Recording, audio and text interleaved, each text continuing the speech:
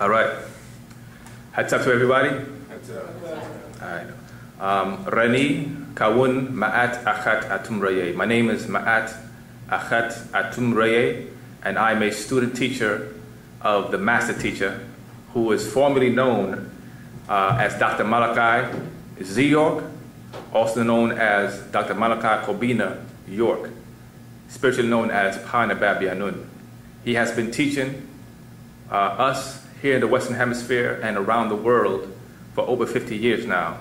And as a student teacher of our master teacher, we are here to continue his great works, to wake our people up from this crisis of knowing who and what we are, from the lack of knowledge, both spiritually, physically.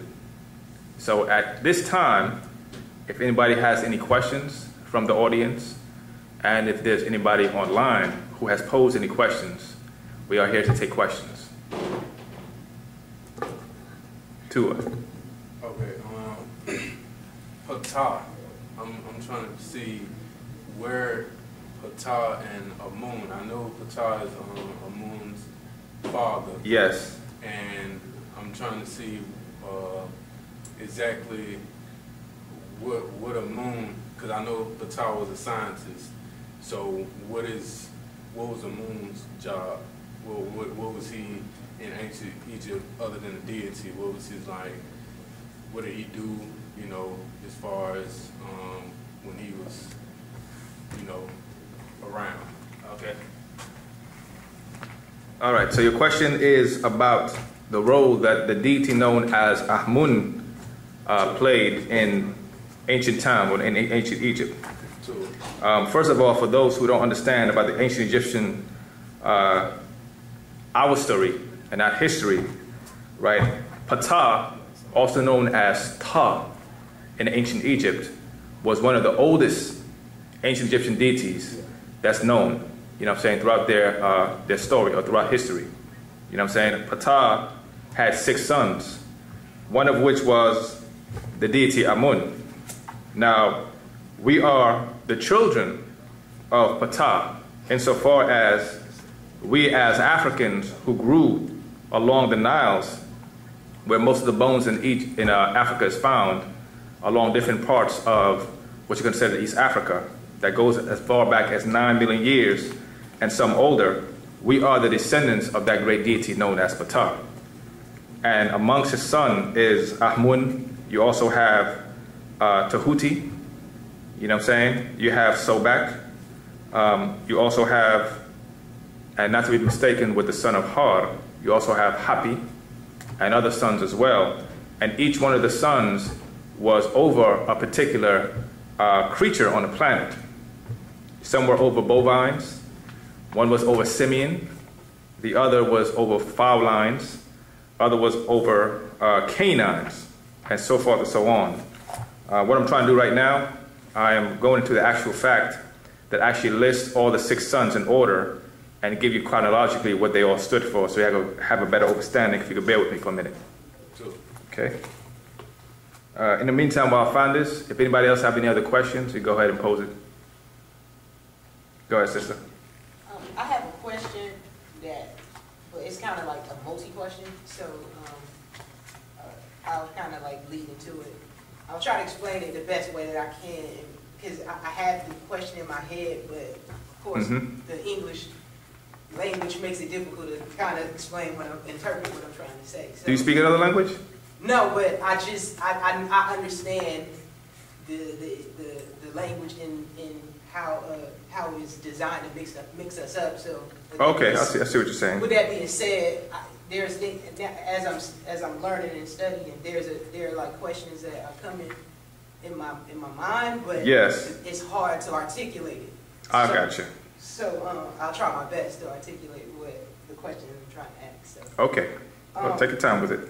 Okay, so recently I've been researching a lot about the holographic universe and the explanation of it. And correct me if I'm wrong, but the best way that I interpret it is basically, as long as you continue to look out in the universe, you'll continue to find something, and it's kind of like a loop of a never consciousness that you create by, I guess, you create the existence by looking for the consciousness in a sense. Well, I'll tell you the best way that I interpret it. Okay, so it's like when I was in middle school, yes, we had these T-shirts, and it had our mascot on it, and then that mascot had a T-shirt on the shirt, and then if you look at that shirt, the image is inside of the shirt again, and then it just continues on and on and on. And I remember as a kid looking at it like, wow, you really had a microscope and you can look at this. It will never end because you're wearing the shirt, and then the entity on the shirt is wearing the shirt, and then and it was weird to me, but it was like, okay, it's like an infinite loop of something that continues. So the way I interpreted the holographic universe is you give creation to it when you with your consciousness as you're out seeking. Is that kind of what does that sum up kind of what they mean when they say holographic universe? Okay.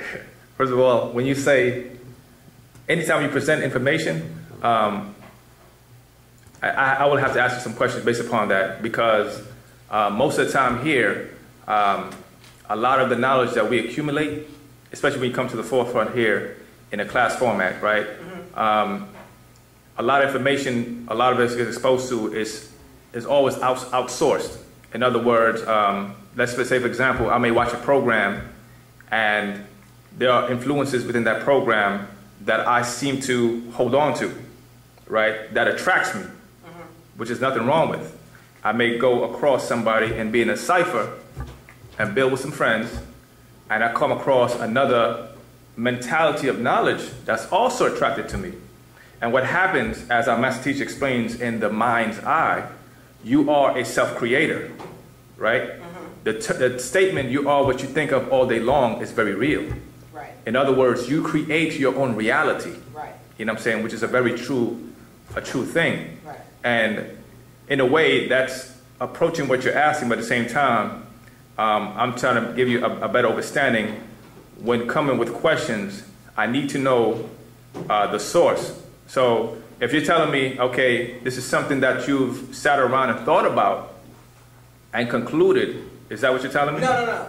Actually, I can't say verbatim the way that it was explained, because I even ran across of it in something that I've read from through here, some stuff that I read. So right. But when I read that, wherever I read that, it just briefly went over it in that particular script. It didn't go into it, but it made me want to research more. Like so I just took a piece of something that I've read, and then I went out and just did research to see what other theories or things came. So what I'm telling you is the way that I interpreted after that, what I read from the scroll and hearing other people's perspective or insight about it. I'm telling you that what I'm asking you is that kind of what it is basically.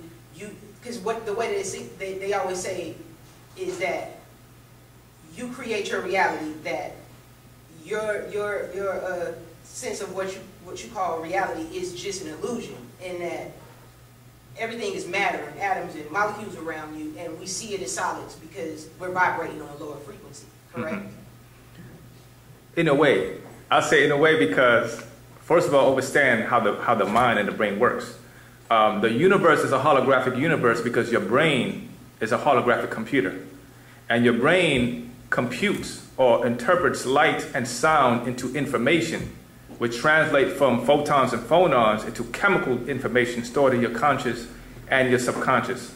In other words, sister, when I encounter my reality, everything that I see, right, and everything I hear becomes my reality. And it's up to my brain to sift through it and relate to it as my reality. And that's all light and sound.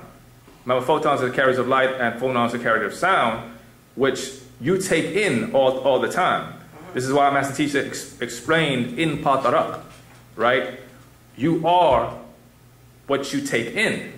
You heard the statement, you are what you eat. Right. Yeah, that's very literal. You are what you eat. If you keep eating pork, you're going to start smelling and acting like pork. You know what I'm saying? Right. And whatever you listen to and whatever you look at becomes a part of your actions. And this is a lot of the things that people don't seem to really grasp. You know what I'm saying? Especially out in this world. You know, we all mimic what we see and what we hear, and we interpret it as, this is me. No, it's not you. It's what you want to reflect to others, as light reflects to you what you think you see, which is ultimately an illusion. Because the color red is everything but the color red. Meaning that's the color that's bouncing back to you, and you interpret it as, this is a red shirt. But actually, it's absorbing every other color except for red, if you get what I'm saying. Meaning, okay, the perspective is the illusion. Looking at something and saying this is what it is the illusion. Although you live in a world of illusions or irreality. The only truth about this reality is you exist. Correct? Do you exist? How do you know you exist? Because everything else can be an illusion. I can create a virtual reality that you can live in, and you could say that's real. That's real until the spell of that has been exposed and let you know that this is not real. It's an illusion. So how do you know what is real and what is not? Number one, you know that you exist, right? I would like to think I do. I think you do. You know, and I feel as though I exist. Yes, and how do you know that you exist? I know I exist because is there consciousness inside of me? Thank you. There's a consciousness inside of you. And what else? You know, if you exist, then from whence you came also exists. Right. Correct? You have a mother who gave birth to you. You know, you have a father who is responsible for seeding you in the first place.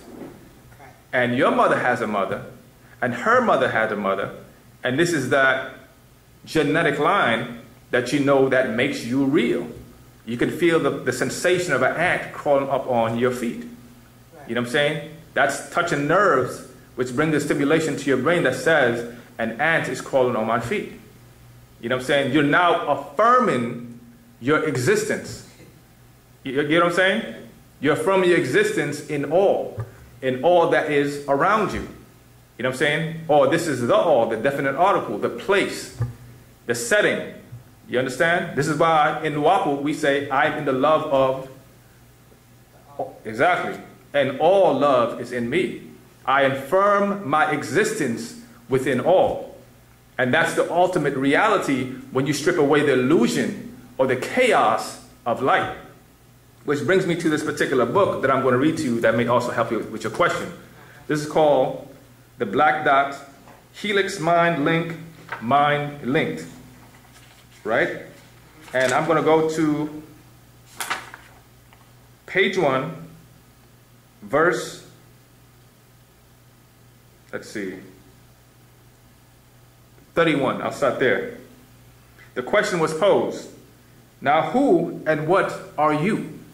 The answer is a 90%er. Question 32.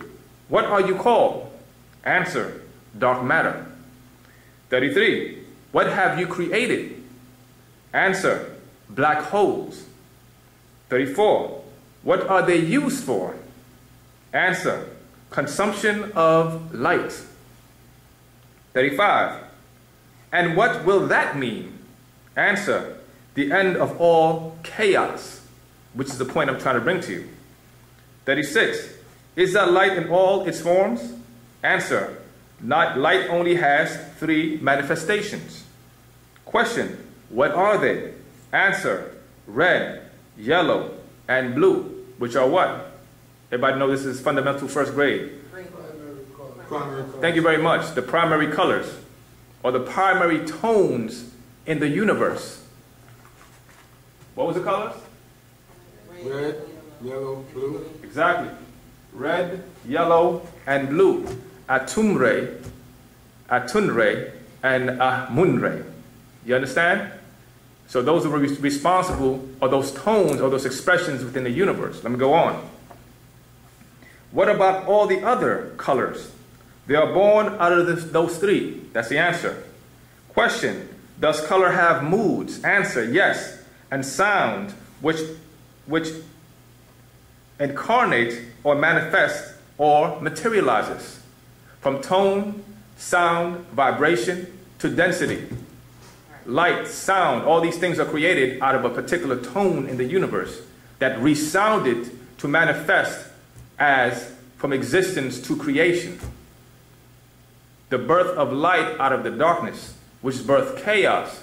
Does that mean that chaos is necessarily bad? No, it's just chaotic.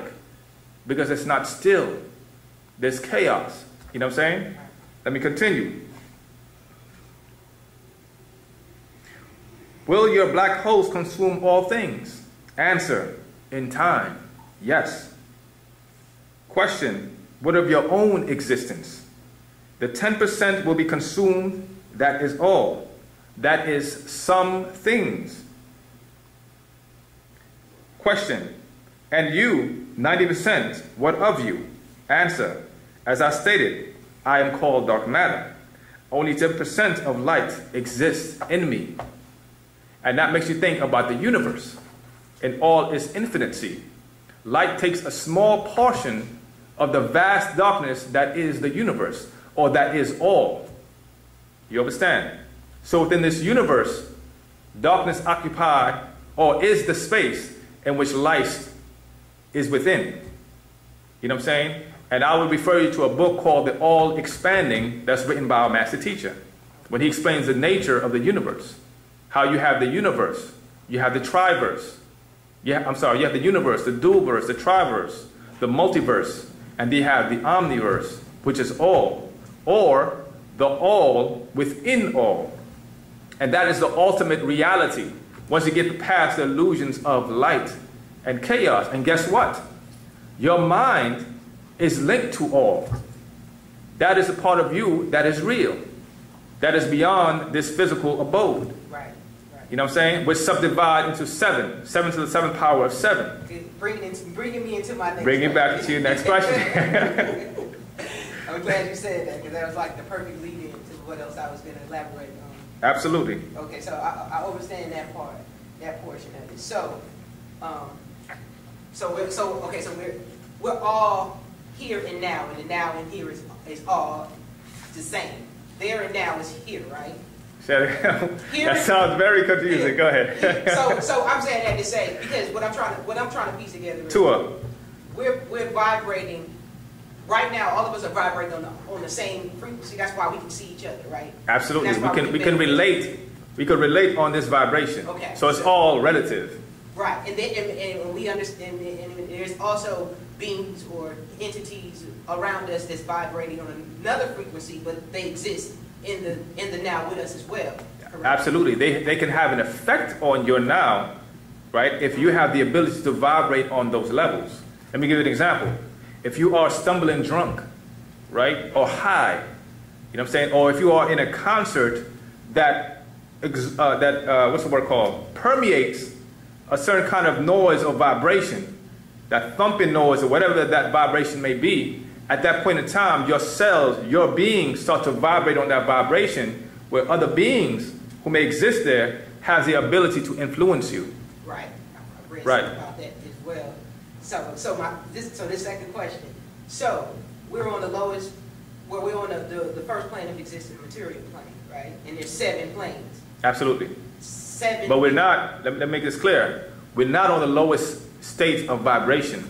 Right. Well, we are on the lowest abode. Abode, right. Yeah, exactly. The material plane was subdivided, like we said earlier. Cool.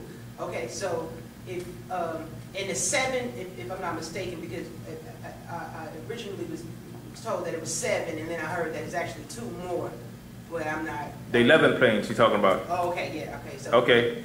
Originally, I was going off the basis of 7, and 7 being in the bosom of Anu was how it was spoken to me. Am I correct? Yes. Right, okay. During that particular time of, during that particular school, when we was in the Sumerian school, that was the statement. Right. In the bosom of Anu, or back in the Einstein days, in the bosom of Allah.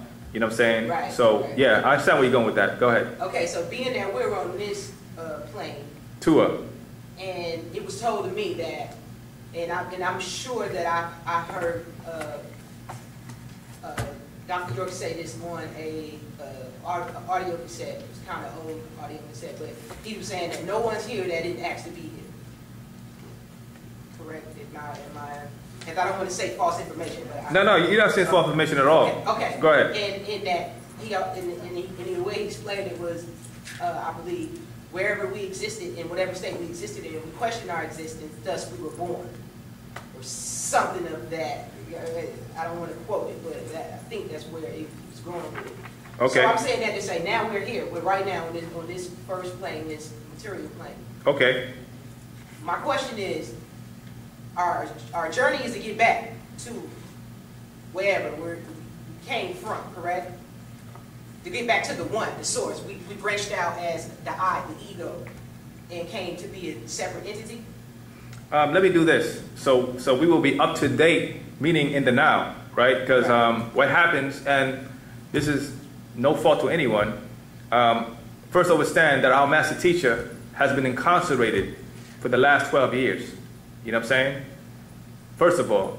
And during that time, he has not been there to clear up a lot of things personally, you know what I'm saying, with what has been taught and what's being exposed now. So he's doing his best from where he's from. And I'm saying that to say a lot of people have come across various teachings of our master teacher, Dr. Malachi Z. York, in various schools.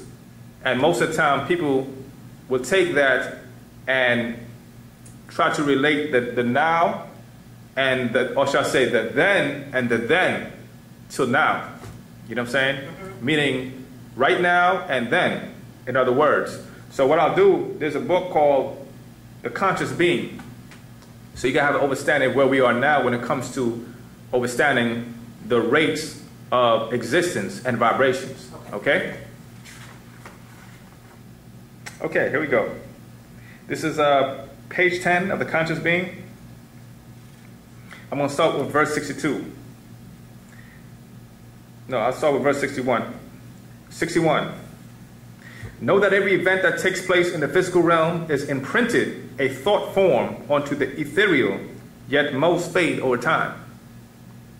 Mortals, that is, very physical humans, live in the slowest frequency level, in the field of vibration as to be expected. The higher levels is the field, in the field of vibrations, are composed of the faster tawalat frequencies. Entities that exist within these levels think and act much faster than those in the lower levels or slower planes. And prior to that, he was explaining about the etheric realm or the etheric force. So it's more of a unified and a faster frequency or vibration from which our ancestors reside. And their mental states are much more unified. Pa-pa'ut, the all, a group mind called mental. Going back to something you mentioned earlier about my mind. Your mind feeds off of the mental, you know what I'm saying, which is a unified field, which gives you your personal impression called my mind, which human beings seem to think is their own. As one descends through the fields, gravity increases, dragging down thought into separateness, allowing for the development of individual consciousness, choice, will, and easy access by demon forces, who dwell on the lowest level, waiting to step in to their khatat bodies, take over their minds, and use their emotions. Then once they cause them to do something or say something wrong, they move on to the next person. And I brought this point so you can understand in this era or in this school, the way we are approaching this situation. It's not more so, you know, y'all were disobedient in heaven and you all were sent down. But more so, right, as an expression on the etheric realm, we chose to be here for whatever reasons it may be. And I'm going to read something else from Feeding the Force. So while you're looking at it, I just elaborate a little bit. You sure can. So I guess the reason why I asked that, did we come from somewhere that we're trying to get back to? Tua. Because I'm definitely not looking at it like heaven or hell or nothing like that. I'm looking at it as, is it saying that's how merciful, or that's how fair the Creator is, that wherever you are, if that's not where you want to be, then you have this opportunity to exist as I, or as the ego, or as self. And I'm trying to see, is that why we're here, being an individual, trying to learn how to burn these desires in this ego, because we opt to be an I, as opposed to being a part of the all at some point in space and time, or, I mean, I don't want to say time, but you get what I'm saying, like, and I'm trying to see that, because what I'm understanding is, like, we're trying to get back to the source, to the all, to the one. So, meaning, right now, we're not invited or being a part of it, or actively united with that one or that source. So we become an individual, or think that we become an individual by calling yourself I. But if you're saying we're all really one, that means that we have to burn this, I'm asking, we have to burn this I so we can exist as one body in whatever state that we are trying to get back to. Is that kind of, I'm trying to figure out, like, I'm trying to, like, why are we here and where are we trying to get back to? And if that statement of we all exist because we chose to exist, that meant that we were given an option or a will, or, you feel what I'm saying? So I'm trying to figure out, is that the whole point in burning that I, or that ego, or that self, so you can be back with the one, this one body, the all, the source? Okay. I'm sorry. No. Did I take it too far? I didn't mean to. There's no such thing as, first of all, there's no such thing as taking it too far. See, what happens is, and this is a great thing, as you begin to ask a question, you're thinking and asking at the same time. Right. You're growing, which is a beautiful thing, because we're all here to grow, correct? Even I am here to grow. I'm a student teacher. I don't claim to know everything, right? I'm here to help you along the way, as I was helped along my way. So there's no such thing as taking it too far. You know what I'm saying? As you're speaking to me, what I'm trying to do, or attempting to do, is align the right kind of formula to give you the right kind of guidance, right? I don't know why everybody is here. You know what I mean? Meaning that when it comes to your spiritual journey, everybody walks a different path, right?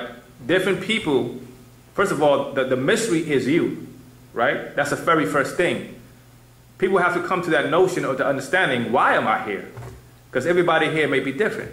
And different people may have different inclinations to pull them to directions for their influence here. Some may be here to detour you. Some may be here to grow as you are growing, who may be under a different kind of mystery school. But along the path, we all walked along, we all came across a spiritual guide, a master teacher, who's Dr. Malachi Z. York. You know what I'm saying? So if you're asking me a particular question about your particular purpose, I can only address it from the aspect of Wu-nuwaupu, of what our master teacher is explaining to us. You know what I'm saying? Because you have to understand something. A lot of us come from different walks of life and different influence and different mentalities.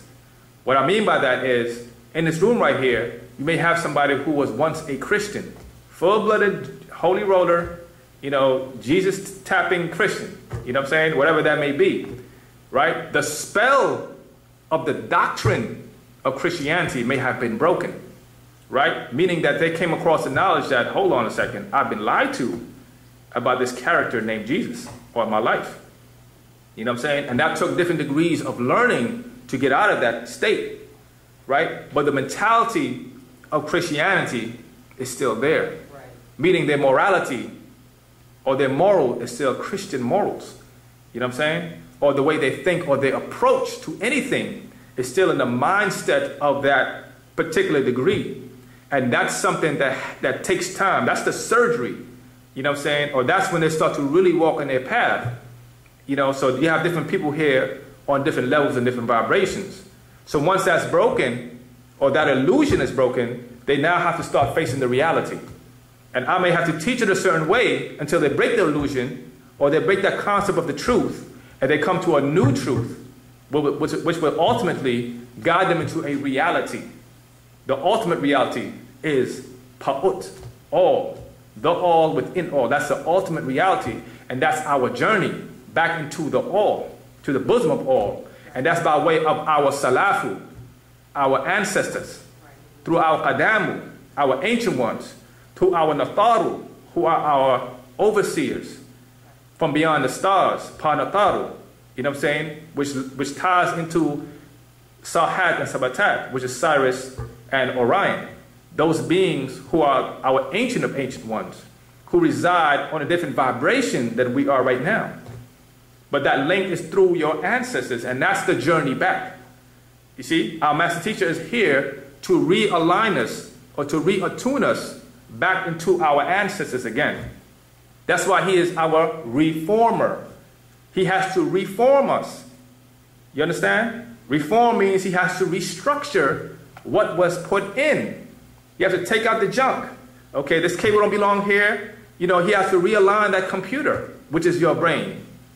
You know what I'm saying? And give you the right knowledge, which is necessary to make the right changes to bring us back into a nine mind or unified mind to think as one again. This is why I read to you what I read to you earlier. We were thinking as one before, right? When we chose to be physical for whatever reason, right, we became individual thought. So now we have to unify again. So what makes us from different walks of life, right? Literally, I don't know personally anybody in this room, but we all here connecting on something. It's some kind of vibration here while we are here. You understand? So we're here to grow etherically by first feeding the mind, you know what I'm saying? And the spirit, which will house the soul, which will take us to that journey again. So to answer your question, yes, it takes that to think as one mind. Well, ultimately to be one again. Absolutely. And I'm going to look at it like Transformers, like you just break off. We done broke off and became so I. No, I'm not. I'm just trying to. We broke off. Hey, thank you for making my point. I appreciate that. We like became I. Like we jumped off this big body of one to become I, and then it seems like we're here now trying to burn this ego, this self, this I think I exist. I think I'm an individual, and not that we're all one, and we should all be thinking and vibrating collectively as one, which will ultimately, I assume, take us back to the source or the all. Do you know the affirmation or the anthem? Excuse me? The anthem. Anybody know the anthem? I'm in the love of all, and all love is me. Yeah. I'm a part of all, and all is a part of me. I am one with all, and all is one with me. I can succeed as a part of all, and fail as an individual. Right? Right. I can be all that I wish in all, as long as my wish is to stay in the all. I am never by myself. And that's the ultimate reality. You aren't alone. Right? And this is, I'm really trying to read this passage. You have a bad, no, you're fine. Because it's going to lead into it. As far as where I'm going at with this right here. Because all that is relative. Everything that you're asking, everything in this relates to your question. You see, you have to understand the degrees of ether. As Nagaru on the physical, as Nubians, we were at one point in time vibrated on 9 ether, right? And 9 ether, like our master teacher explained to us so many times, is beyond just your hair texture. That was good to break us out of that spell, to let us know that we have the 9 ether hair texture. You know what I'm saying? But it's more than just 9 ether hair, it's 9 ether consciousness. That is so important, especially this day and time, right? Why is it important this day and time? Because a fact has been issued. The fact is, a lot of us were kidnapped, brought here against our will. Some of us already here, right? And we were infected with a different kind of gene, which comes with a different kind of mentality that influenced our decisions in our everyday life. In other words, we were bitten by Dracula. We were mixed in with other beings that were alien to our nature as Africans, as descendants of Panataru. You know what I'm saying? Right. So because of that fact, we are everything in between but 9 ether. Like mutts, basically. Exactly. But consciously, right, for us to be here tells you that we are thinking on a 9 mind or striving to think on a 9 mind. You understand? Right. So 9 ether consciously is where we are right now. And beyond that, because your consciousness is very important to understand your consciousness. That's the link to your spiritual, physical, and your etheric self. So 9 ether, the word ether again, as high as we can while being physical. Our ancestors are 99% Etherians, 100% Etherians who reside in a different state of existence that we call nothing, which is beyond the atomic number of something, which is hydrogen. So they exist in another state of existence called no thing. You know what I'm saying? Do you understand? Right, I do. Something is a sum total of a thing.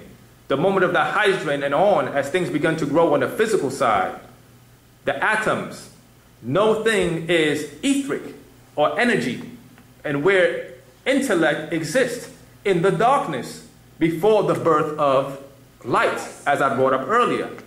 You are that darkness. You are dark matter in the state of the etheric state before the 10% of you, which is before us, was created. In creation. So you existed before you were created. And you're trying to get back into existence once again, which is eternal life. You understand? So we're dead now then. I'm glad you said that. Which brings me to this point right now. So glad you said that. Okay. This is coming from the actual fact called feeding the force. And I'm going to start on page 6, verse 45. In this regard, it is important to understand that the worship and the feeding of our ancestor is a central component of our way of life.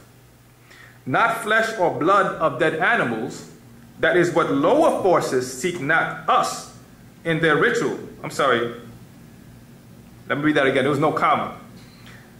Not flesh or blood of dead animals, that is what lower forces seek, not us, and their ritual practices. Meaning that as Wu-nuwaupians, right, as descendants of our great ancestors, we do not exercise killing and cutting animals, right, to appease our ancestors. We do not practice drinking or pouring alcohol and smoking to attract our ancestors. That is lower forces. You know what I'm saying? We don't deal with that kind of stuff at all. It is the worship of our ancestors that bring them back. Let me go on. Now note, and this is important, from above, the basic understanding down to understanding of life, death, living, feeding the forces is reversed to the norm. And you're going to see why. You are born only to age and what? And die, ultimately, right? However, from above, you were dead, right? Or living as a ba, soul, only to be born or die as a spirit, to weaken and weaken, to be born into flesh, right? And blood of the physical plane, regarded as death, is a reduction to a realm where in the individual's main purpose is to serve the needs of the wanting flesh.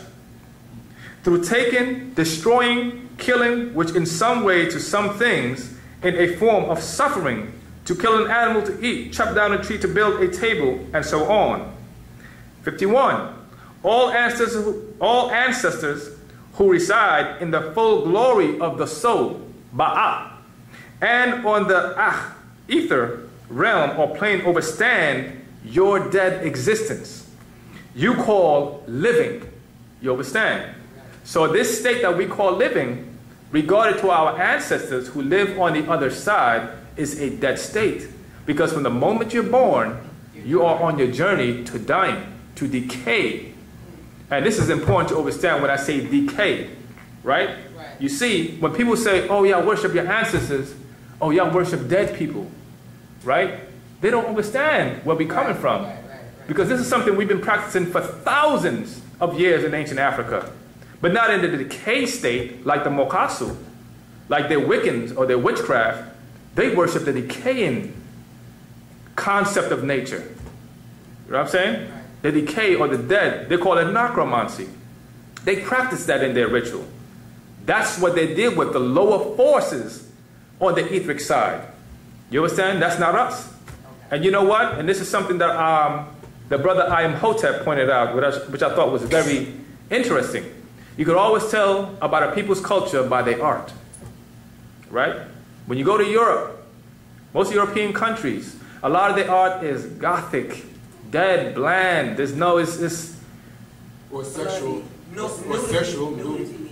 yeah, it's like, it's, you know, everything is, even the colors they wear today, it's nothing, it's just this dead state. You know what I'm saying? That's not us. We don't deal with that. You know, I wanted to bring this point up real quick. And let's see. You call living. 52. Yet as there is eternal, they're truly living, and you are dead until you are reborn as Ka, which is what? Spirit. To Ba, which is what? Soul. And on to Aha, which is ether. Going back to that 99% that I talked about earlier. You see, in this state, we're non-ether. And we brag about it all the time. I'm non-ether, 9 to the 9th power of 9. The Wappian 9. The apostle's like, what about 99 ether? 100%, yeah, thank you, 100% ether. You know what I'm saying? Pure etherian on that state. You see, while here, we're vulnerable. That's going back to the conscious being, right? As beings start to descend in the field, gravity increases, and they separate from being that togetherness to individual thought, making it easier for demon forces to come and influence. Back to what you was talking about earlier. There are different states of existence. And when you're able to lower your vibration, guess what? They're able to influence you. This is why they spend so much time to push that YOLO. You only live once. Come on, nigga, you only live once. Drink, smoke, just do everything that is against nature. Put as much narcotics into your body as you can. Why? To lower your vibration and keep you on 6. Because this is what's so deep about 9. Right? Let's count up. 1, 2, 3, okay, 4, 5, 6, 7, 8, and 9, right? Can 6 be 9? Yes or no? No. No, because 6 can go only as high as what? 6. But can 9 be 6? Yes. Yes, because 6 is a combination, or 9 is also composed of 6, and 1, and 2, and 3, when you deal with the realm of ether. So guess what? We've been acting like 6 ether this whole time. We are just now beginning to wake up to realize our true potential as non-ether beings and non-ether descendants. You understand? But their job is to try to keep you on that low vibration as much as possible. They're the real crabs in the bucket. They make us believe they're like back people are the crabs in the bucket, but that sounds like they really the crabs in the bucket. Like they can't go past it, so they're trying to keep us from being able to go past it. Absolutely. And lower forces. You see, their females can go as only as high as 6, and the males as only as high as 5. You know what I'm saying? This is why they must find a way to get into your genes, goddess. You understand? They must seduce you to love their image and their likeness. You know what I'm saying? To want them, because they must infect you again so they can live on for the next 25,000 years. Meanwhile, you inherited their diseased minds and their diseased state, and everything that comes in between. That's your responsibility. You know what I'm saying? You are Mother Earth, in which they plant their seeds. You understand? And I pose this question to a lot of sisters. Would you mate with somebody who has AIDS? What about somebody with 3 heads who hop around on 1 toe? Oh, but it's love. I love him. You know what I'm saying? Emotions is energy emotions, and it can be confusion if you don't utilize the power of reasoning. There's nothing wrong with being compassionate. As a mother, as Mother Nature, you are all compassionate. You know what I'm saying? But it's about being reasonable and knowing when to stop taking the abuse and stop being seduced by them. You know what I'm saying? That applies to our sisters and our brothers. You know what I'm saying? Who's running around chasing that weak, wicked nothingness. You know what I'm saying? And that's the truth. And our master teacher is just now beginning to expose us to the level of what they truly are. When you really see them for what they are, when he said they are the human beast, they are really the human beast. Wait until that book called The Bigfoot comes out. Yeah. Just wait until that book right there will make you, I mean, I don't know. I just got to say, when that book comes out, people is going to be looking at twice over their shoulders. You know what I'm saying? Because there's a lot of truths and reality that has to be exposed now. You know what I'm saying? So you must know, you must understand the nature of your nature, and you must understand the nature of their nature. And this is something that our master teachers taught us about the devil, right? In Wu-nuwaupu, in this day and time, the devil is anything that deviates from nature's divine plan. So if nature has a divine plan in order for your state or your fate, you know what I'm saying, or your existence, and when you deviate from that, you become evil. You become one with the devil. To be fake. You know what I'm saying? To be everything but what you are is to be fake. Fake fruit is evil. Fake parts is evil. And they push it every day. Every single day, and we are so easily seduced. Why? Because we are in their garden of paradise that they created. And we think it looks good. That's right. We'll take you back to Genesis chapter 6. You know what I'm saying? It looks good to eat. It makes one wise. You know what I'm saying? Or who did he target? Think about that. The woman? The woman. Why? Because the woman is the true ruler, the true. You love that sound, don't you? Because we can, I mean, because if you could get to a woman, then a woman can manipulate a man to make stuff happen. So if you want to make something happen as a unit, start with the women. See if you can get into their head first, because they can convince the men to do whatever eventually. That shows you who's in control, huh? That's real. Yeah, I'm glad that's coming from a sister. But the fact is, we got work to do on ourselves. You know what I'm saying? And that's the reality. What our master teacher is doing, he's here to set the record straight. He's here to reconnect us with our ancestors. This is why the very first part is that it is important to feeding the force of our ancestors, the worshipness of our ancestors. And let me make this clear about worship, right? And this is going back to what I said earlier about religion. Religion has a begging concept of what worship is. You must beg for forgiveness, right? You must, you know, you got to be in the worst state for God to listen to you. Why not in their best state? That's what I always You understand? Why are they pushing that so hard on us? Because they want to keep us on the consciousness of sixth ether. Let me tell you what sixth ether consciousness is. Hope and fear. When we were in the state of God, we knew how and why a thing was done. Why is so important. We knew why it existed, and we knew how it existed, right? They can know how, but they'll never know why, because they only vibrate on hope and fear. You know what I'm saying? And you don't have to accept what I'm saying as a fact. Just watch them. Watch what they perpetrate. Look at their religion. I'm going to hope, right, to do all the good in the world so I can make it where? To heaven. Fear God. Yeah, fear God, or you're going to burn eternally. Where? In hell. Fear. All your life that's pushed and pumped into you. You know what I'm saying? Keep you stressed and suppressed and depressed in the state of fear. You got to walk, you know, you got to get out your house. You're afraid of what's going to happen to you. You're driving a car. The idiot on the left is not watching what he's doing. He's on a cell phone and he's about to bump into you. You go to work. You hope you still got a job. You know what I'm saying? You got to act a certain way around certain people. It's so much more. You got to hope your child don't get beat up in school, or the wrong kind of idiot don't influence the child a certain kind of way. More and more stress. You turn on the news, what do you see? Kill, rape, death, murder. I mean, what the heck is going on? You watch the latest movie, The Bloodiest 300. Let's throw the bloodiest, you know, Vampire Diaries. It's just, that's not us. But what are they feeding in us? They're feeding what they put into us. The negative forces. You know what I'm saying? Going back to what I said earlier, you've been bit by Dracula.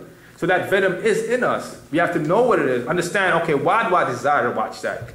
Why is this funny to me when I look at this? You know what I'm saying? It's certain things about ourselves that we have to correct. You know? But non-ether, how do you make that stronger?